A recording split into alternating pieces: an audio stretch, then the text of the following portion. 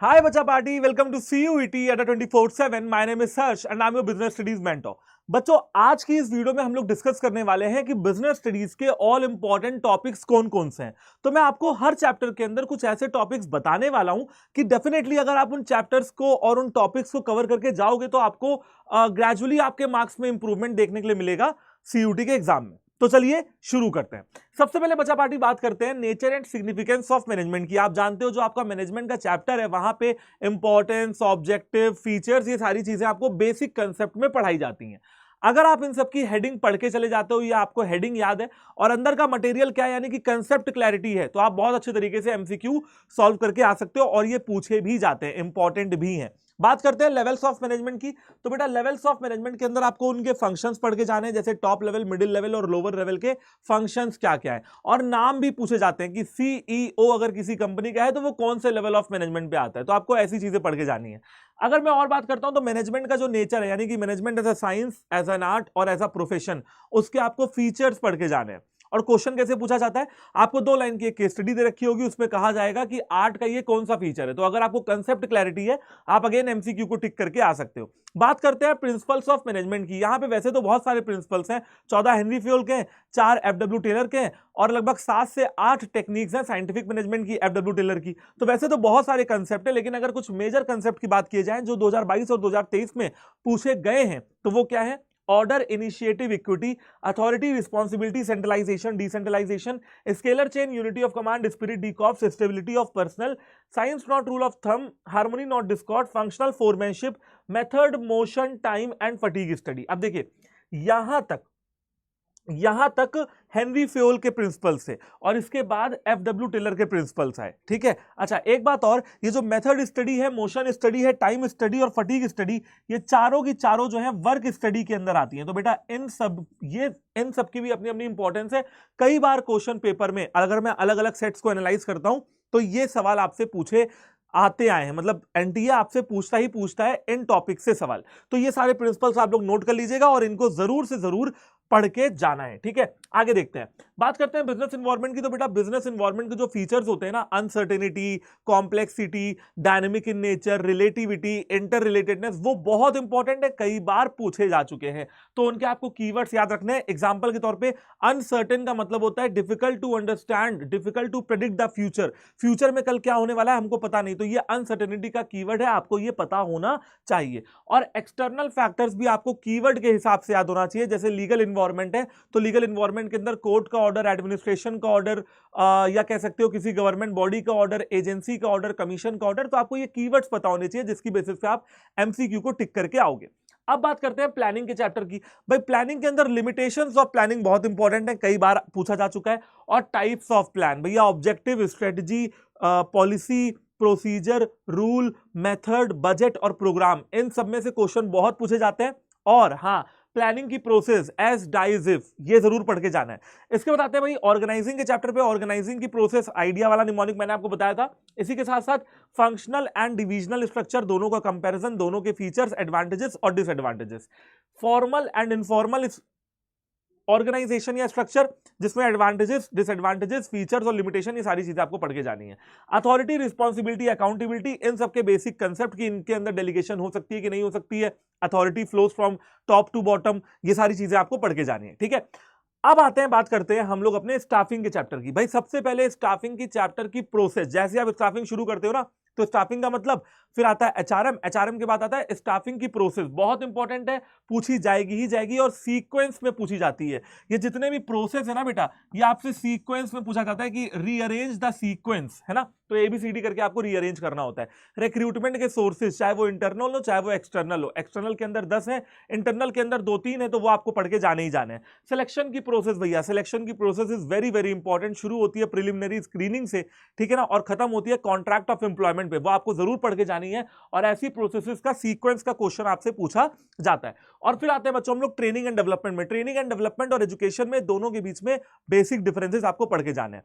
अब बात करते हैं डायरेक्टिंग की। देखिए डायरेक्टिंग में जो सबसे इंपॉर्टेंट है वो है सबसे पहले डेफिनेशंस का कीवर्ड, जैसे इंस्ट्रक्शन, गाइडिंग, कम्युनिकेटिंग, ये सारी चीजें। ठीक है, इसके बाद सुपरवाइजर के क्या क्या फंक्शंस हैं, उसके बाद मैस्लो की नीड हायरार्की थ्योरी, जिसमें 5 नीड्स के बारे में बात की जाती है। फाइनेंशियल और नॉन फाइनेंशियल इंसेंटिव बहुत पूछे जाते हैं, बहुत ज्यादा पूछे जाते हैं। आपसे इंसेंटिव का नाम दिया रहेगा, केस स्टडी दी रहेगी और कहा जाएगा बताओ ये फाइनेंशियल या नॉन फाइनेंशियल इंसेंटिव है और उसके अंदर भी वो कौन सा जो इंसेंटिव है मतलब उसकी किसकी बात हो रही है यहाँ पे। फिर आते हैं लीडरशिप स्टाइल, ऑटोक्रेटिक, डेमोक्रेटिक, लेजिस्फेयर, बहुत सवाल आते हैं इससे। कम्युनिकेशन की प्रोसेस से इंपॉर्टेंट है, और कम्युनिकेशन बैरियर से भी बहुत सवाल आते हैं, psychological barrier, organisational barrier, personal barrier और सीमेंटिक बैरियर, बहुत सवाल आते हैं। ठीक है, ये हो गया आपका डायरेक्टिंग का। अच्छा, डायरेक्टिंग के अंदर सर आपने सारे के सारे टॉपिक बता दिए? नहीं बेटा, सारे नहीं बताए हैं, लेकिन डायरेक्टिंग का चैप्टर इतना बड़ा है तो क्या किया जा सकता है, क्वेश्चंस भी ज्यादा ही पूछे जाएंगे भाई, चैप्टर बड़ा होगा तो।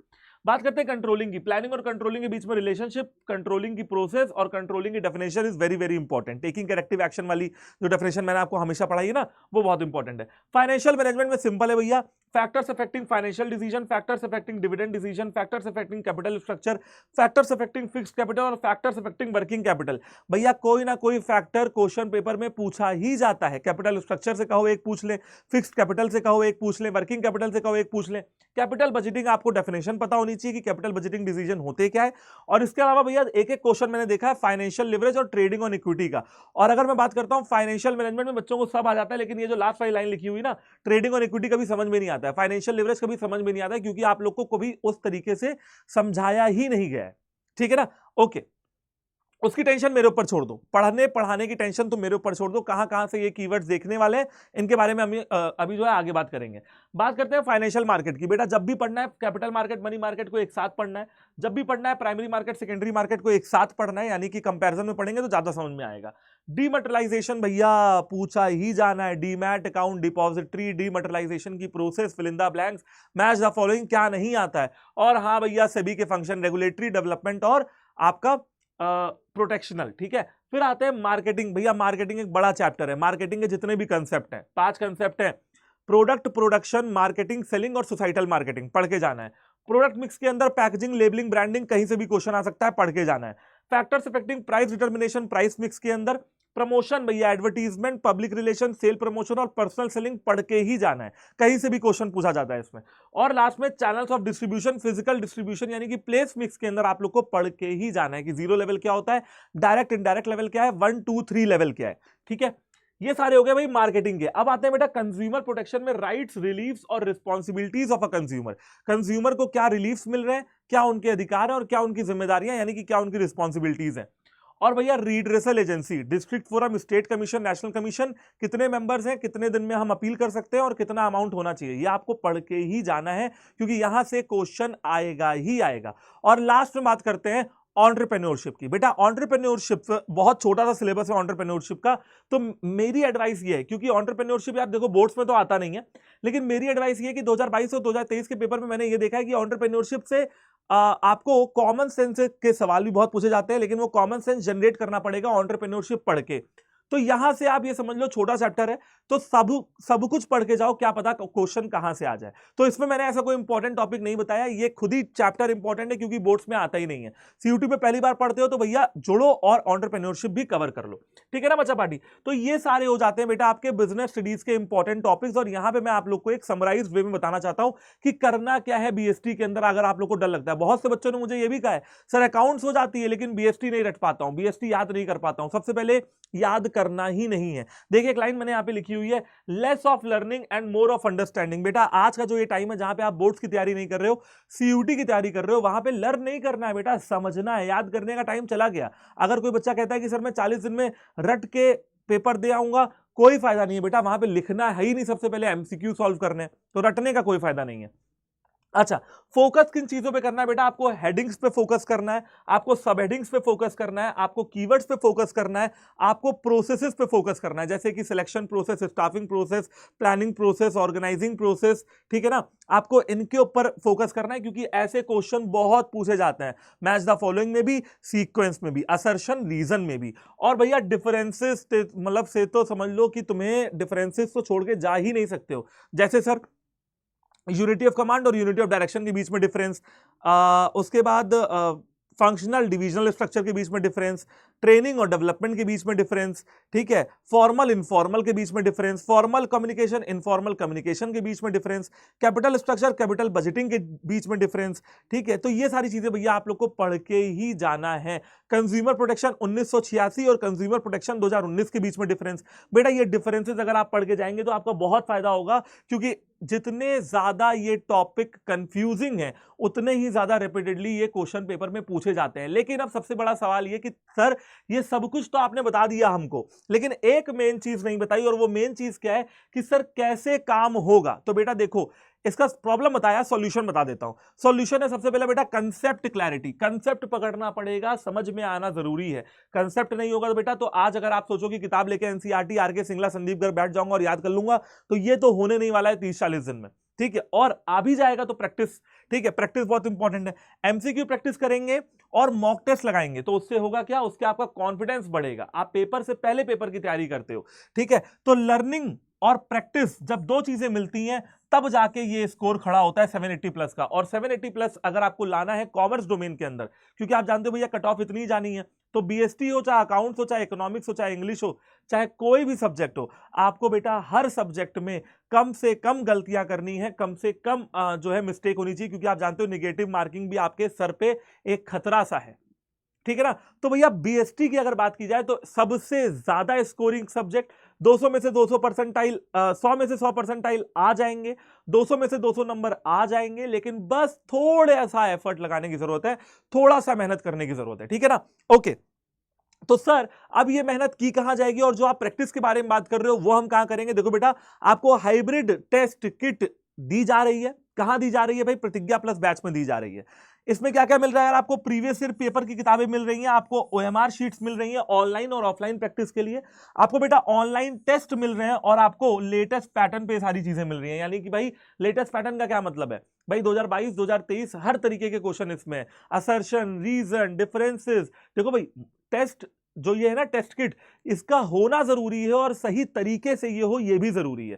भाई पुराने टेस्ट किट पे काम करते रहोगे, पुराने मॉक लगाते रहोगे बेटा, उसका कोई फायदा नहीं है। अरे आज के जमाने में क्या क्वेश्चन पूछे जा रहे हैं बेटा, आज कॉम्पिटेंसी बेस्ड क्वेश्चन पूछे जा रहे हैं, match the following, assertion, reason, उनसे कैसे डील किया जाए, तो वो इस जो आपको ये वो है ना किट, इसमें आपको सारी चीजें मिल जाती हैं, ठीक है, उसका सॉल्यूशन आपको इसमें मिल जाता है। बात करते हैं सर कि प्रतिज्ञा प्लस बैच लेने का सबसे सही समय क्या है, बेटा यही है सही समय। अगर आप आज से देर कर रहे हो तो आप देर कर रहे हो। अगर आप आज भी ये डिसीजन लेते हो बेटा, 1 अप्रैल का दिन है, अगर आप आज भी डिसीजन लेते हो कि सर मेरे को प्रतिज्ञा प्लस बैच में एनरोल करना है और मुझे आगे अप्रैल के 30 दिन और मई के 10 दिन पढ़ाई करनी ही है और 15 मई को पेपर देके आना है, तो बेटा ये आपके पास जो मौका है ना, ये बिल्कुल समझ लो गोल्डन मौका है आपके हाथ में। गोल्डन, गोल्डन नहीं, मैं तो कहूंगा डायमंड मौका है, क्योंकि बेटा मौका ये नहीं कि प्रतिज्ञा प्लस बैच मिल रहा है, मौका ये है कि बेटा टाइम है आपके पास, कल को टाइम बीत जाएगा, ठीक है। बैच तो ये कल भी रहेगा, देखने वाला तो रिकॉर्डिंग देख लेगा, लेकिन आपके पास समय है, उस समय का यूटिलाइजेशन आप करिए। और बेटा इस समय मार्च एंड की सेल चल रही है, 20% का चल रहा है डिस्काउंट, ठीक है। आप कूपन कोड लगाओगे Y769, और अगर आप ऐप से जाओगे, ठीक है, ऐप से एनरोलमेंट करना है सारे बच्चों को, तो उस पर 21 से 22% का डिस्काउंट मिल जाएगा, यानी कि बेटा आपको वहां पे कॉइन वॉइन मिल जाता है। तो कैसे मिलेगा, 20% मिल जाएगा मेरे कूपन कोड Y769 से, और 1 से 2% आपको एप्लीकेशन में मिल जाएगा, कॉइन पे मिल जाएगा, ठीक है ना। तो सारी की सारी चीजें आपको प्रतिज्ञा प्लस बैच में मिल रही हैं, चाहे वो आपके क्विज़ेस हो, चाहे वो स्टडी मटेरियल हो, प्रैक्टिस करने के लिए ऑफलाइन या ऑनलाइन टेस्ट हो, मॉक टेस्ट हो, या फुल सिलेबस कवरेज। सर कैसे एनरोल करेंगे जरा फटाफट से बता दीजिए। सबसे पहले बेटा आपको ये कोड याद रखना है अगर आपको मुझसे जुड़ना है, ठीक है। ओके, तो वही बता देते हैं। सबसे पहले अपनी देखो ऐप को इंस्टॉल कर लो यार, ठीक है, ऐप को तुरंत से तुरंत इंस्टॉल करो, क्योंकि ऐप पे ही आपको मैक्सिमम फायदा मिल जाता है। ऑल कोर्सेज पे जाने का, यूजी पीजी एंट्रेंस एग्जाम पे जाने का, पहले साइन अप करने का, आईडी वाईडी डाल के फिर राइट हैंड साइड में जाओगे तो ऑल कोर्सेज करके आ जाएगा, सीयूटी यूजी, सीयूटी कॉमर्स, और ये चले गए भाई प्रतिज्ञा प्लस बैच के अंदर। जैसे ही प्रतिज्ञा प्लस बैच का प्राइस देखा कि भैया ये तो अभी 18-17% डिस्काउंट मिल रहा है। कूपन कोड लगाया, क्या लगाया, Y769, ताकि मैक्सिमम डिस्काउंट मिले। अप्लाई किया, ये देखो अप्लाई करते ही जो तुम्हारा डिस्काउंट है वो 20% का हो जाता है, और बैच तुम्हें 3039 का पड़ रहा है यहां पे वेब जो है वर्जन में। ऐप पे जाओगे तो ये 3000 के लमसम पड़ जाएगा अप्रोक्सीमेटली, कॉइन वगैरह लगा के, और 1-2% का डिस्काउंट आपको और मिल जाएगा यहाँ पे, ठीक है ना। तो आप एप्लीकेशन को तुरंत इंस्टॉल करिए और इस बैच में एनरोलमेंट करिए बेटा। और अगर आपके मन में ये सवाल है कि सर प्रतिज्ञा बैच के अंदर तो क्लासेस हो गई होंगी, हमारी तो छूट गई है बेटा, ऐसा भी बिल्कुल नहीं है। मेरी सिर्फ और सिर्फ 2 क्लासेस हुई हैं, आप आराम से उनको कवर कर सकते हो। 1.5 घंटे 3 घंटे की क्लासेस है, तो 2 से 3 क्लासेस हर सब्जेक्ट में हुई हैं, आराम से आपका बैकलॉग क्रिएट होगा, ठीक है, जो है क्लियर होगा। मतलब देखो बैकलॉग बना है, कितना बना है, दो क्लासेस का बना है बेटा। एक दिन संडे को भी बैठ जाओगे ना तो बैकलॉग अपने आप को खत्म हो जाएगा, ठीक है, अगर थोड़ी थोड़ी एक्स्ट्रा। तो बिल्कुल भी ऐसा मत सोचना कि यार ये बैच नहीं ले रहे हैं, क्योंकि भैया अब जो है क्लासेस इसमें रिकॉर्डिंग मिलेंगी। 2 क्लास रिकॉर्डिंग देख लो, बाकी की भैया सारी की सारी क्लासेस आपके लिए लाइव ही चल रही हैं, ठीक है बच्चा पार्टी। तो मिलते हैं फिर प्रतिज्ञा बैच के अंदर, तब तक के लिए अपना ख्याल रखें, ऐसे ही हंसते रहिए, पढ़ते रहिए, मुस्कुराते रहिए। All the very best and जय हिंद।